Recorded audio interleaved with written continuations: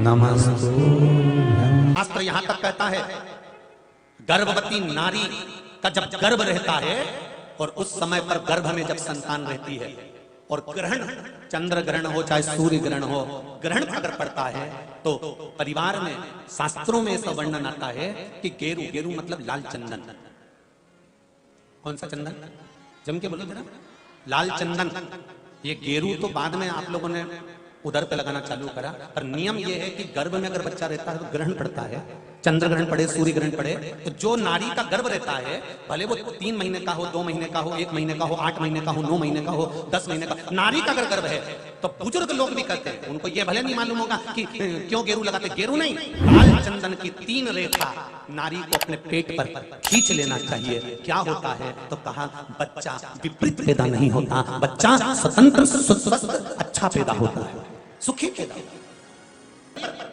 एक त्रिपुंड लगा दिया गया पेट पर, ग्रहण के समय पर गेरू लगा दिया गया, लाल चंदन लगा दिया गया, तो जो बच्चा जन्म लेगा वो माता पिता के विरोध में कभी नहीं खड़ा हो सकता, धर्म के विरोध में कभी नहीं खड़ा हो सकता, सत्य सनातन धर्म के विरोध में कभी खड़ा नहीं हो सकता, हिंदू धर्म के विरोध में कभी खड़ा नहीं हो सकता, हमारे पक्ष में हमेशा बना रहेगा। सनातन धर्म का कुल में पैदा होकर, सनातनी होकर, हिंदू धर्म में पैदा होकर भी अगर कोई हिंदू धर्म का विरोध करता है तो समझ लेना कि यह ग्रहण की औलाद पैदा हुआ है, ये साधारण नहीं है, ग्रहण से पैदा हुआ है। इसलिए सनातनियों का भी विरोध करने के लिए खड़ा हुआ। और आप सबसे निवेदन है, जब ग्रहण पड़े गर्भ पर, भले गेरू की 3 लाइन खींच लो, चाहे लाल चंदन की 3 लाइन खींच लो, पर अपने गर्भ पर गेरू लगाना जरूरी होता है, क्योंकि बच्चा अपने माता पिता की भी नहीं सुनता अगर ग्रहण का भाव उस बच्चे पर पड़ जाए। अगर माता पिता को अपनी सेवा करवाना है तो गर्भस्थ बालक को जब ग्रहण पड़े तो शरीर पर थोड़ा सा त्रिपुंड लगा लेना चाहिए। क्यों? क्योंकि बुजुर्ग माँ बाप की जिंदगी खराब नहीं हो। कई बेटे ऐसे होते हैं माता पिता को नहीं गिनते, कई बेटे ऐसे होते हैं माँ बाप को 2 रोटी नहीं देते, वृद्धाश्रम में छोड़ आते हैं। समझ लो कि ये ग्रहण के पैदा हुए हैं, ये नहीं। कौन कहता है कि शिव मंदिर नहीं जाना चाहिए? गर्भवती जाओ, दर्शन करो। स्कंद पुराण कहती है गर्भवती नारी को भगवत भजन करना चाहिए, नाम जाप करना चाहिए, कीर्तन करना चाहिए, वेद पुराण शास्त्र पढ़ना चाहिए। हमारे भारत भूमि पर जन्मे हुए वीर योद्धाओं का चरित्र पढ़ना चाहिए।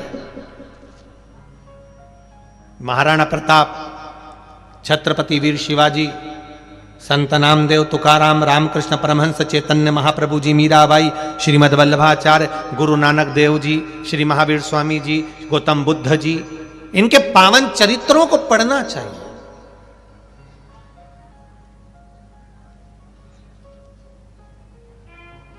पढ़ो इनको। और नहीं पढ़ सकते तो कहीं कथा सुन लो, वो भी नहीं कर सकते तो शिव मंदिर में 1 लोटा जल चढ़ाओ। क्या होगा उससे? उससे फल क्या मिलेगा? शिव महापुराण की कथा कहती है, स्कंद पुराण कहती है, जब नारी भगवान शंकर पर जल समर्पित करती है या शिव मंदिर में जाकर दर्शन करती है तो उसके गर्भ में अगर मान लो संतान किसी कारण से, कोई ग्रह नक्षत्र के कारण विकलांग हो रही हो, कोई शरीर से कष्टवान हो रही हो, तो मात्र शिव के दर्शन कर कर वो संतान भी स्वस्थ पैदा होती है, स्वस्थ जन्म लेती है। श्री शिवाय नमस्तुभ्यं।